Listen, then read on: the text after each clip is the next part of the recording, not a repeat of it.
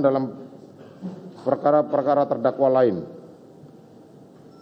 4. Menetapkan supaya terdakwa dibebani membayar biaya perkara sebesar Rp5.000. Telah pula mendengarkan pembelaan terdakwa atau penasihat hukum terdakwa yang pada pokoknya 1. Menyatakan terdakwa Ricky Rizal Wibowo tidak terbukti secara sah dan meyakinkan melakukan perbuatan sebagaimana dakwaan primer pasal 340 KUHP junto pasal 55 ayat 1 ke 1 KUHP maupun dakwaan subsidiar pasal 338 KUHP junto pasal 55 ayat 1 ke 1 KUHP. 2. Membebaskan terdakwa dari segala dakwaan atau setidak-tidaknya membebaskan terdakwa dari tuntutan hukuman. 3. Melepaskan terdakwa dari segala dakwaan atau setidak-tidaknya melepaskan terdakwa dari tuntutan hukuman.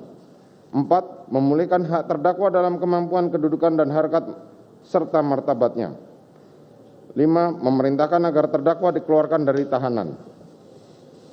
6. Membebankan biaya perkara akuo kepada negara. Setelah mendengar jawaban atau tanggapan penuntut umum atas pembelaan penasihat hukum yang pada pokoknya tetap pada tuntutannya dan telah pula mendengar tanggapan dari penasihat hukum terdakwa terhadap replik penuntut umum yang pada pokoknya tetap pada pembelaannya. Menimbang bahwa terdakwa diajukan ke persidangan oleh penuntut umum didakwa berdasarkan surat dakwaan primer melanggar pasal 340 KUHP junto pasal 55 ayat 1 ke 1 KUHP. Subsidiar melanggar pasal 338 KUHP junto pasal 55 ayat 1 ke 1 KUHP. Menimbang bahwa terhadap dakwaan penuntut umum penasihat hukum terdakwa telah mengajukan keberatan dan telah diputus dengan putusan sela nomor 799 Pit B 2022 PN Jakarta Selatan tanggal 26 Oktober 2022 yang amarnya sebagai berikut. 1. Menolak eksepsi keberatan tim penasihat hukum terdakwa. 2. Menetapkan pemeriksaan perkara nomor 799 Pit B 2022 PN Jakarta Selatan atas nama terdakwa Ricky Rizal Wibowo dilanjutkan. 3. Menangguhkan biaya perkara sampai dengan putusan akhir. Menimbang bahwa selanjutnya untuk membuktikan dakwaannya penuntut umum telah mengajukan saksi-saksi sebagai berikut.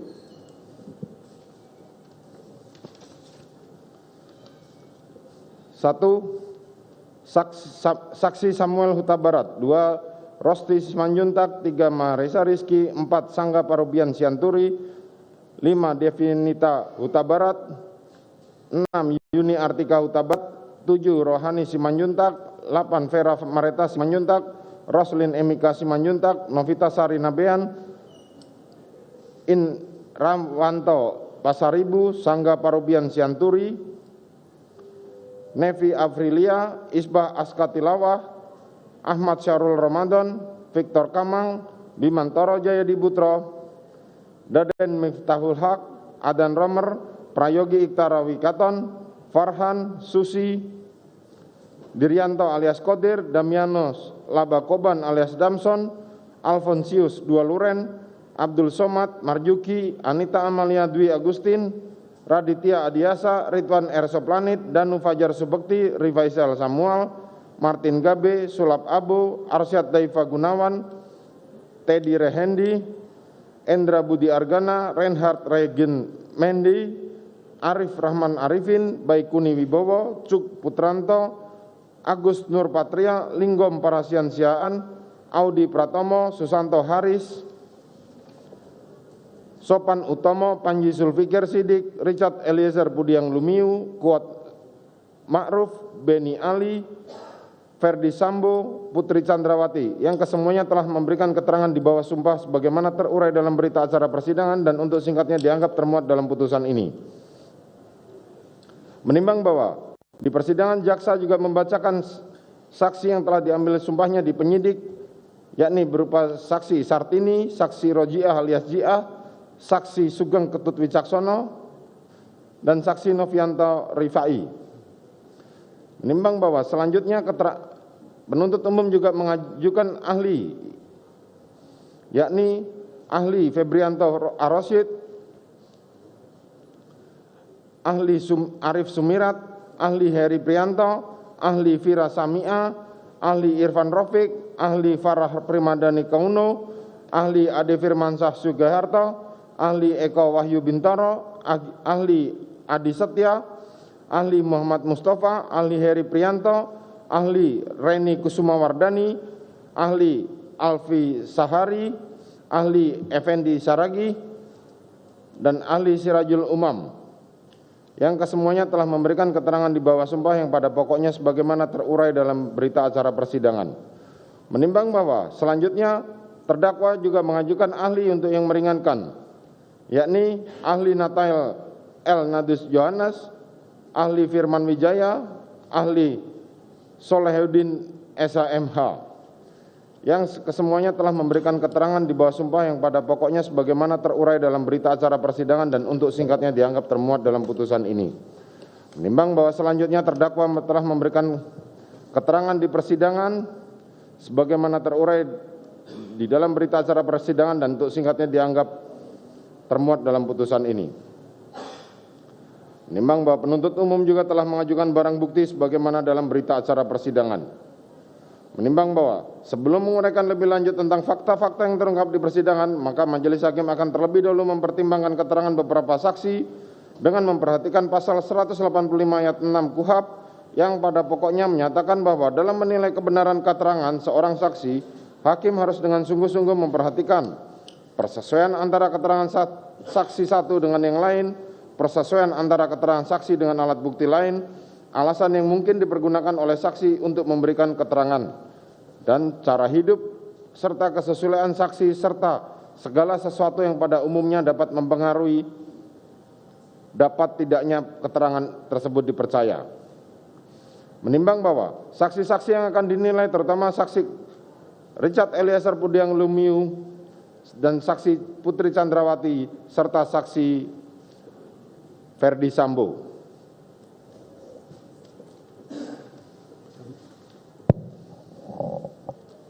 Kami lanjut ya.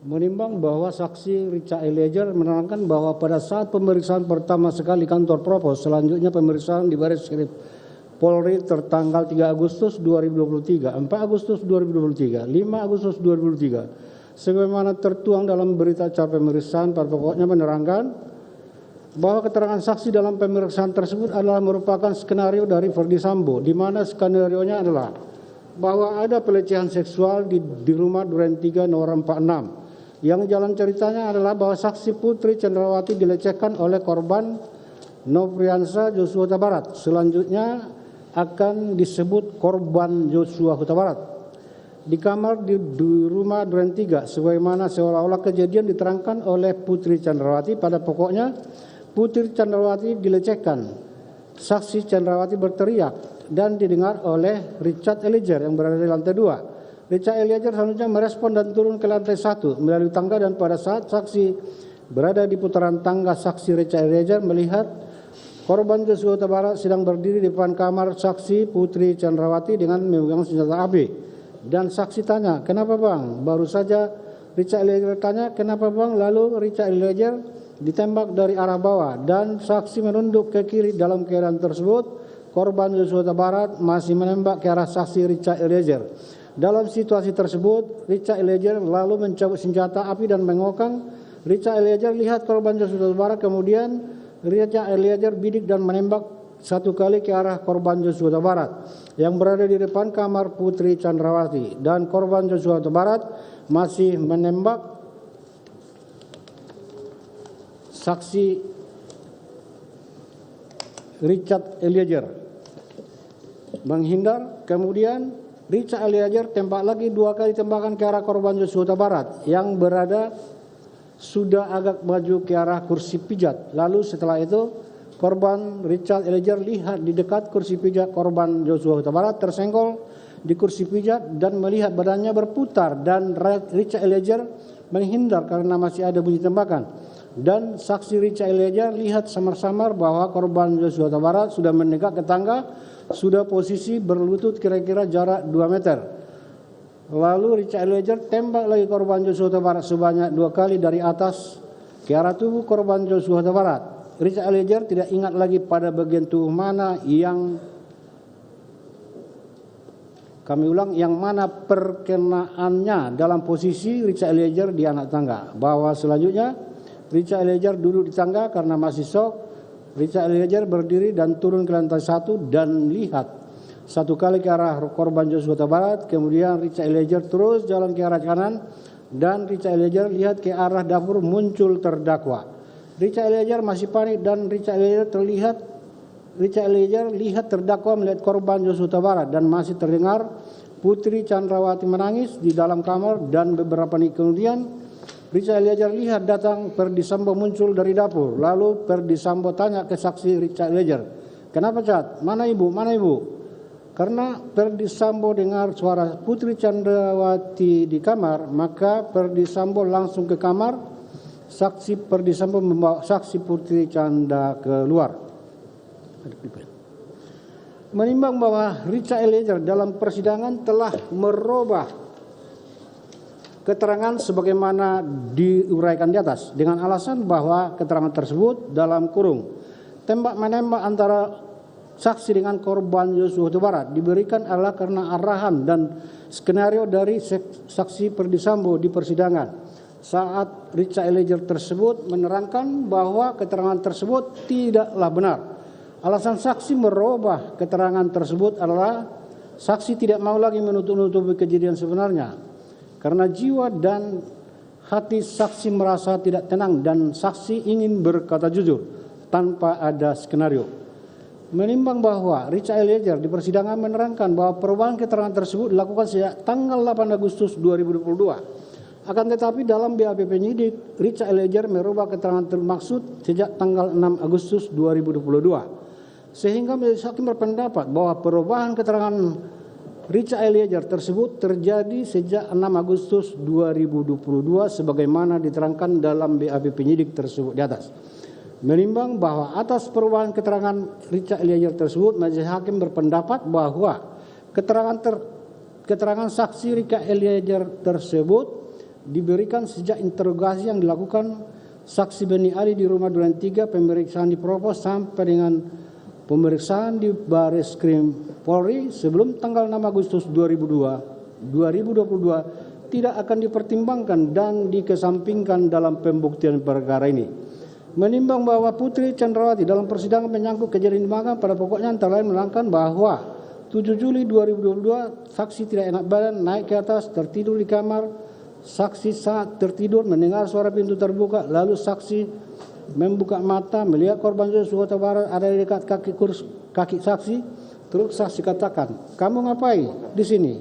Korban Joshua Huta Barat menghampiri saksi lalu memperkosa saksi. Setelah korban memperkosa saksi, saksi mendengar ada suara orang bercakap-cakap di bawah. Suara itu terdengar jelas. Korban Joshua Huta Barat panik dan bilang, "Tolong, Bu." Korban Joshua Huta Barat merapikan pakaian saksi Putri Chandrawati karena udah dibuka dan korban Joshua Huta Barat. Lalu korban Joshua Huta Barat menuju pintu dan menutup pintu kamar saksi Putri Chandrawati. Lalu memaksa saksi Putri Chandrawati untuk berdiri dan menarik saksi Putri Chandrawati dari tempat tidur. Dan menurut Putri Chandrawati ada orang di tangga tersebut, tapi Putri Chandrawati tidak tahu kenapa saksi tidak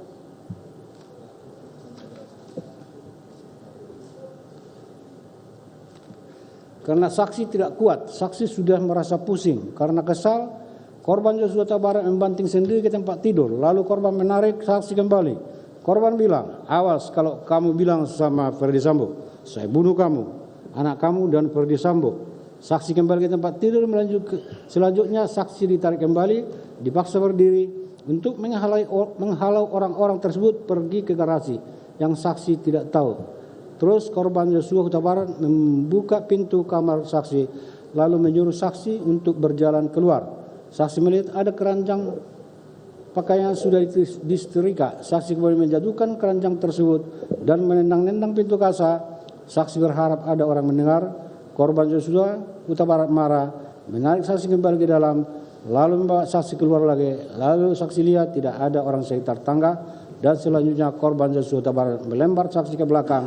Saksi kemudian terjatuh, lalu Putri Chandrawati kemudian tersadar ketika Susi memegang kaki kanan saksi seraya menggoyang-goyangkan tangan saksi Putri Chandrawati sambil berkata, "Ibu, ibu." Lalu saksi Putri Chandrawati membuka mata. Menimbang bahwa selanjutnya Putri Chandrawati menerangkan sebagai berikut bahwa Putri Chandrawati menyuruh Kuat Ma'ruf menelepon Richard Eliezer dengan Ricky Rijal supaya keduanya kembali ke rumah. Kuat Ma'ruf menghubungi keduanya, tetapi Putri Chandrawati yang ngomong dan meminta keduanya balik ke rumah. Saksi Putri memanggil saksi Kuat Ma'ruf karena mendengar ribut-ribut dengan korban Joshua Huta Barat. Di mana saat itu saksi Kuat Ma'ruf mengatakan kepada Putri Chandrawati supaya melaporkan kejadian kepada Bapak dalam kurung Ferdi Sambo supaya tidak ada duri dalam rumah tangga. Menimbang selanjutnya Putri Chandrawati mengatakan bahwa terdakwa dan korban Huta Barat datang ke atas terus masuk kamar. Korban Huta Barat duduk bersimpuh bersila di lantai sebelah tempat tidur. Putri Chandrawati yang telah berdiri di dekat pintu kasar. Selanjutnya Putri Chandrawati berusaha menenangkan korban Joshua Huta Barat. Saksi menyampaikan bahwa Putri Chandrawati mengampuni perbuatan korban Joshua Huta Barat yang keji terhadap Putri Chandrawati dan saksi suruh dia untuk resign. Selanjutnya korban Joshua Huta Barat menangis, minta maaf dan minta ampun. Lalu saksi suruh korban Joshua Huta Barat keluar ditemani terdakwa. Menimbang bahwa terkait keterangan saksi Putri Chandrawati tersebut, Majelis Hakim mempertimbangkan bahwa menimbang bahwa Putri Chandrawati dalam keterangannya sebagaimana telah diuraikan di atas ternyata bersifat berdiri sendiri, tidak disertai dengan keterangan saksi lainnya, sehingga Majelis Hakim tentu akan menerapkan pasal 24, 25 Undang-Undang Nomor 12 Tahun 2002 tentang kekerasan seksual. Menimbang bahwa dalam ketentuan tersebut dinyatakan bahwa dalam hal keterangan saksi hanya dapat diperoleh dari korban, keterangan saksi yang tidak diketahui di bawah sumpah janji atau keterangan saksi yang diperoleh dari orang lain, kekuatan pembuktiannya dapat didukung dengan keterangan-keterangan yang diperoleh dari orang yang dapat memberikan keterangan yang berhubungan dengan perkara tersebut. C. Saksi yang keterangan berdiri sendiri tetapi ada hubungannya satu dengan lain. C. Ahli yang membuat alat bukti. Menimbang bahwa selanjutnya untuk membuktikan adanya kekerasan seksual adalah A. Alat bukti sebagaimana di dalam hukum acara pidana. Alat bukti lain berupa informasi elektronik. C. Barang bukti yang digunakan untuk melakukan tindak pidana. Menimbang bahwa dalam pasal 24 itu juga disebutkan bahwa termasuk alat bukti keterangan saksi yaitu hasil pemeriksaan terdakwa terhadap saksi dan atau korban pada tahap penyidikan melalui perekaman elektronik, juga surat keterangan psikolog klinis dan atau psikiater dokter spesialis kedokteran jiwa. Menimbang bahwa kalau diteliti kedua keterangan saksi Putri Chandrawati tersebut, di satu sisi saksi menerangkan bahwa korban Joshua Huta Barat telah berbuat keji dan melakukan kekerasan seksual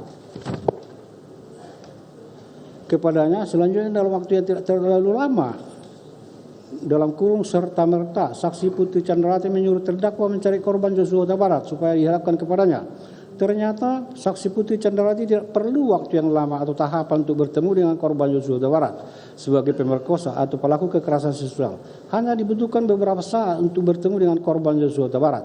Pertemuan itu juga atas inisiatif saksi Putri Chandrawati. Sementara korban Joshua Huta Barat sendiri sangat enggan dan takut menemui saksi Putri Chandrawati. Akan tetapi atas upaya dan bujukan terdakwa, akhirnya korban bersedia, di mana dalam pertemuan tersebut justru saksi Putri Chandrawati berusaha menenangkan dan mengampuni korban Joshua Huta Barat karena telah berbuat keji dan melakukan kekerasan seksual terhadapnya. Apakah korban kekerasan seksual dalam kurung korban perkosaan menenangkan si pemerkosa? Hal tersebut sangat sulit diterima oleh akal sehat.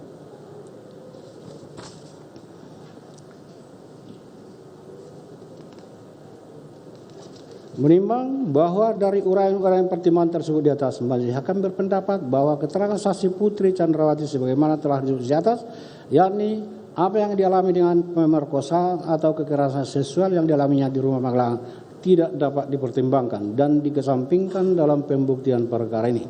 Menimbang bahwa berdasarkan keterangan para saksi, terdakwa dihubungkan dengan keterangan ahli maupun barang bukti, ahli yang diajukan JPU maupun yang diajukan penasihat hukum terdakwa, maka diperoleh fakta-fakta hukum sebagai berikut.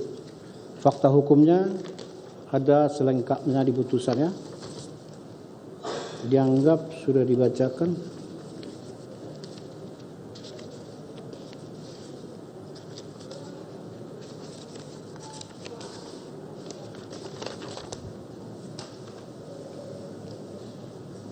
Menimbang bahwa berdasarkan fakta persidangan di atas, kemudian akan dipertimbangkan apakah perbuatan terdakwa memenuhi seluruh unsur tindak pidana yang didakwakan kepadanya. Menimbang bahwa terdakwa Ricky Rijal diajukan ke persidangan dan kepadanya oleh penuntut umum telah didakwa primer melanggar pasal 340 yunto pasal 55 ayat 1 ke 1 KUH pidana, subsidiar melanggar pasal 338 yunto pasal 55 ayat 1 KUH pidana.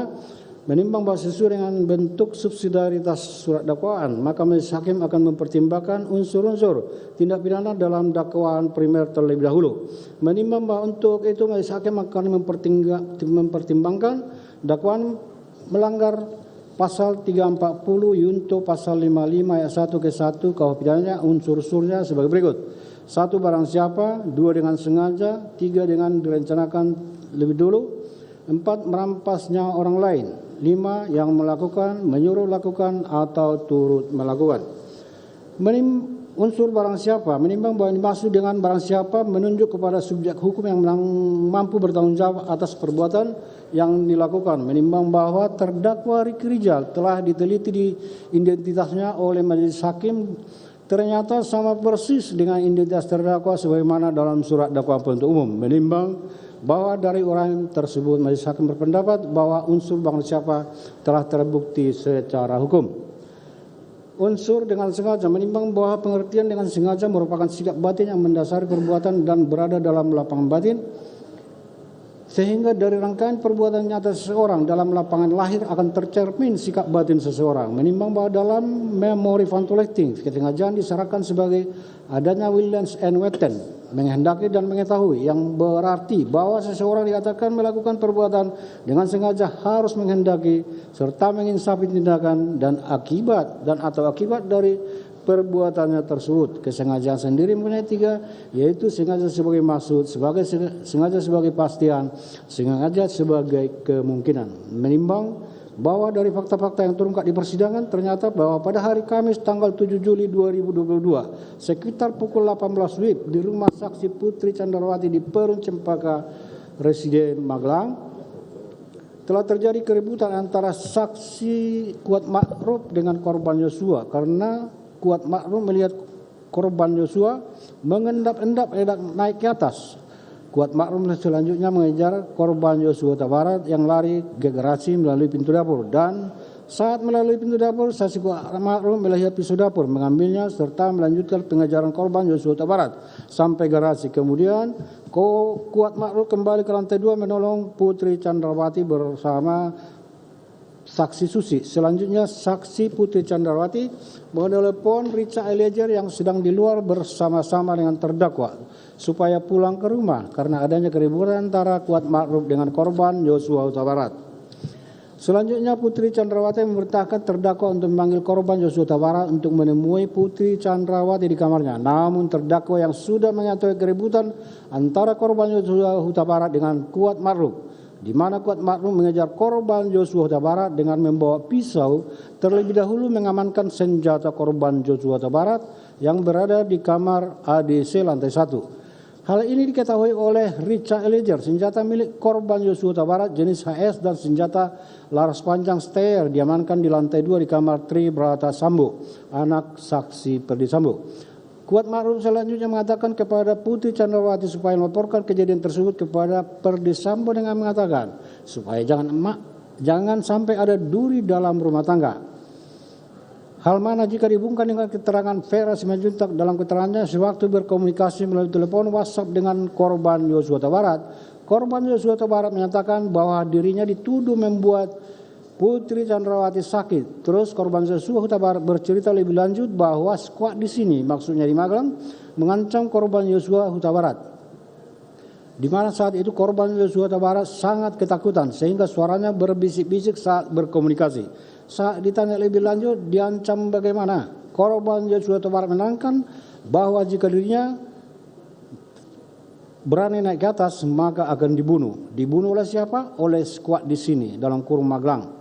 Menimbang bahwa sebagaimana fakta persidangan, saksi Putri Candrawati pada tanggal 8 Juli 2022 dini hari telah menghubungi suaminya Ferdi Sambo menceritakan bahwa korban Yosua Huta Barat telah berlaku kurang ajar terhadapnya. Berhubung dengan itu, tanggal 8 Juli 2020 pagi, Putri Candrawati minta terdakwa mempersiapkan mobil serta mempersiapkan kepulangannya ke Jakarta. Selanjutnya berkaitan kembalinya Putri Candrawati ke Jakarta tersebut, Putri Candrawati telah minta Richard Eliezer dan Kuat Ma'ruf untuk ikut serta. Menimbang bahwa pada tanggal 8 Juli 2022 sekitar jam 10 benar akhirnya rombongan terdakwa berangkat dari rumah Magelang menuju rumah Saguling Jakarta. Terdakwa berada dalam satu mobil yang berbeda dengan terdakwa berada dalam mobil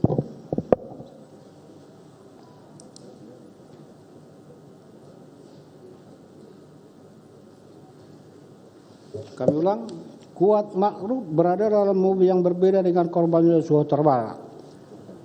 Sementara terdakwa berada di dalam mobil yang sama dengan korban Yosua Huta Barat.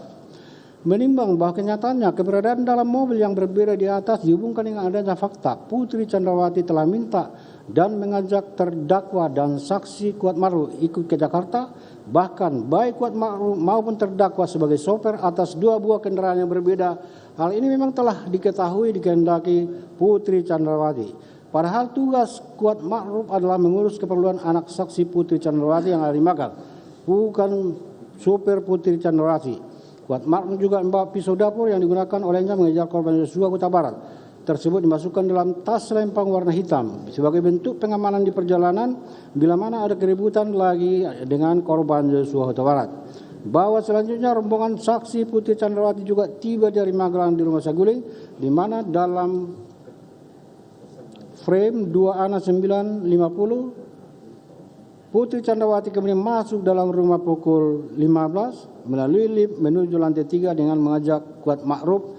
Belakangan Kuat Ma'ruf turun ke lantai melalui tangga samping lift, di mana lantai 3 adalah merupakan area privat keluarga inti yang tidak boleh dimasuki oleh ajudan maupun ART kecuali ada ajakan atau izin dari Putri Candrawati dan Ferdi Sambo. Menimbang bahwa sesuai dengan fakta yang terungkap di persidangan bahwa saksi Kuat Ma'ruf sejak naik ke lantai 3 sampai dengan turun lantai 3 melalui pintu belakang menuju tangga arah dapur, di mana akses keluar pintu lantai 3 harus memakai fingerprint Putri Candrawati dan Ferdi Sambo. Ada sekitar 5 menit. Kami ulang, ada sekitar 3 menit. Ferdi Sambo, Putri Candrawati dan Kuat Ma'ruf bertemu. Selanjutnya Putri Candrawati telah menceritakan di ruang tengah lantai 3 rumah Jalan Saguling kepada Ferdi Sambo suaminya secara detail.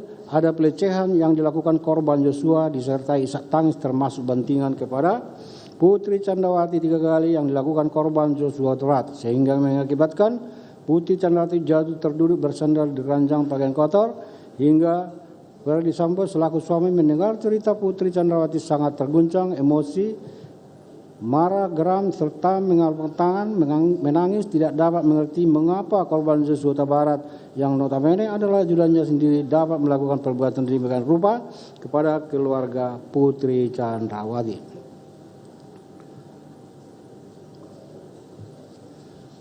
Menimbang bahwa lantai 3 rumah Saguling adalah ruang pribadi keluarga, siapapun baik asisten maupun rumah tangga termasuk ajudan tidak dapat masuk tanpa izin sebagaimana telah dipertimbangkan di atas.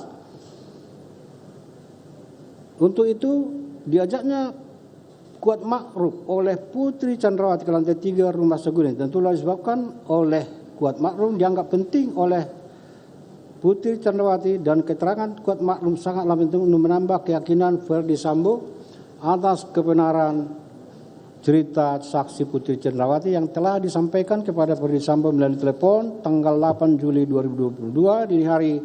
Apalagi Kuat Ma'ruf telah mengatakan sebelumnya kepada Putri Candrawati Magelang, ibu harus lapor bapak biar di rumah ini tidak ada duri dalam rumah tangga. Bahkan Kuat Ma'ruf sebelumnya juga telah mengejar korban Yosua Huta Barat dengan menggunakan pisau. Menimbang bahwa selanjutnya ketika saksi Beniali, saksi Susanto Haris, Ridwan Suplanit, Rifai Sal Sumual maupun Sula Ambo di Duren 3, saksi Kuat Ma'ruf menyampaikan, saya di atas, saya mau menutup pintu saat terjadi ledakan, saya takut dan saya tiarap. Jawabannya ternyata adalah bagian dari skenario yang selaras dengan skenario yang disampaikan oleh Richard Eliezer. Terdakwa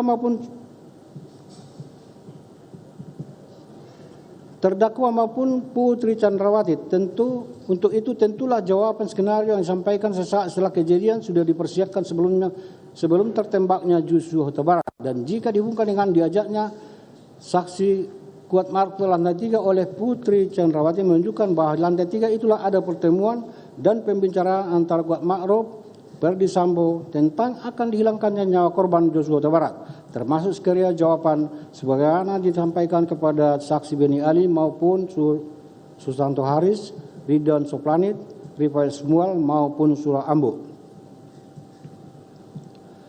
Menimbang bahwa selanjutnya berdasarkan keterangan saksi Putri Chandrawati di ruang tengah lantai 3 rumah Jalan Sigulang telah menceritakan kepada saksi Ferdy Sambo suaminya secara detail adanya pelecehan yang dilakukan korban Joshua Huta Barat, termasuk bantingan 3 kali yang dilakukan sehingga mengakibatkan Putri Chandrawati terduduk tersandar di keranjang pakaian kotor, sehingga Ferdy Sambo selaku suami yang mendengar cerita Putri Chandrawati yang disertai dengan tangisan tersebut menjadi terguncang emosi, geram, dan tidak mengerti mengapa korban Joshua Huta Barat yang notabene adalah tujuannya sendiri dapat melakukan perbuatan sedemikian rupa kepada Putri Chandrawati dihubungkan dengan keterangan saksi Beni Ali Susanto ketika berada di rumah Saguling sesaat setelah tertembaknya korban Joshua tanggal 8 Agustus 2022 malam, maupun saksi Arif Rahman pada tanggal 9 Juli 2022 di mana Putri Chandrawati setiap memberikan keterangan diiringi dengan isak tangis yang mengakibatkan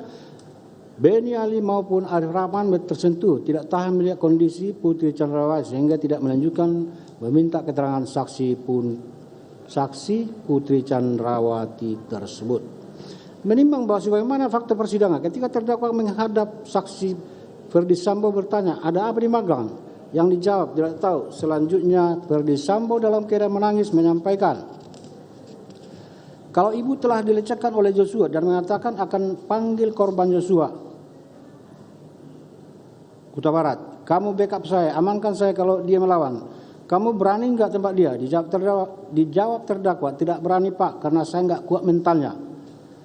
Berhubung karena terdakwa enggak kuat mentalnya menembak korban Joshua Huta Barat, selanjutnya Ferdy Sambo memerintahkan terdakwa memanggil Richard Eliezer, dan ketika Richard Eliezer sudah naik ke lantai 3 bertemu dengan FS, selanjutnya menyuruh Richard Eliezer masuk ke dalam serta minta duduk di sofa, di mana ketika Richard Eliezer sudah duduk, Putri Chandrawati ikut duduk di samping saksi Ferdy Sambo.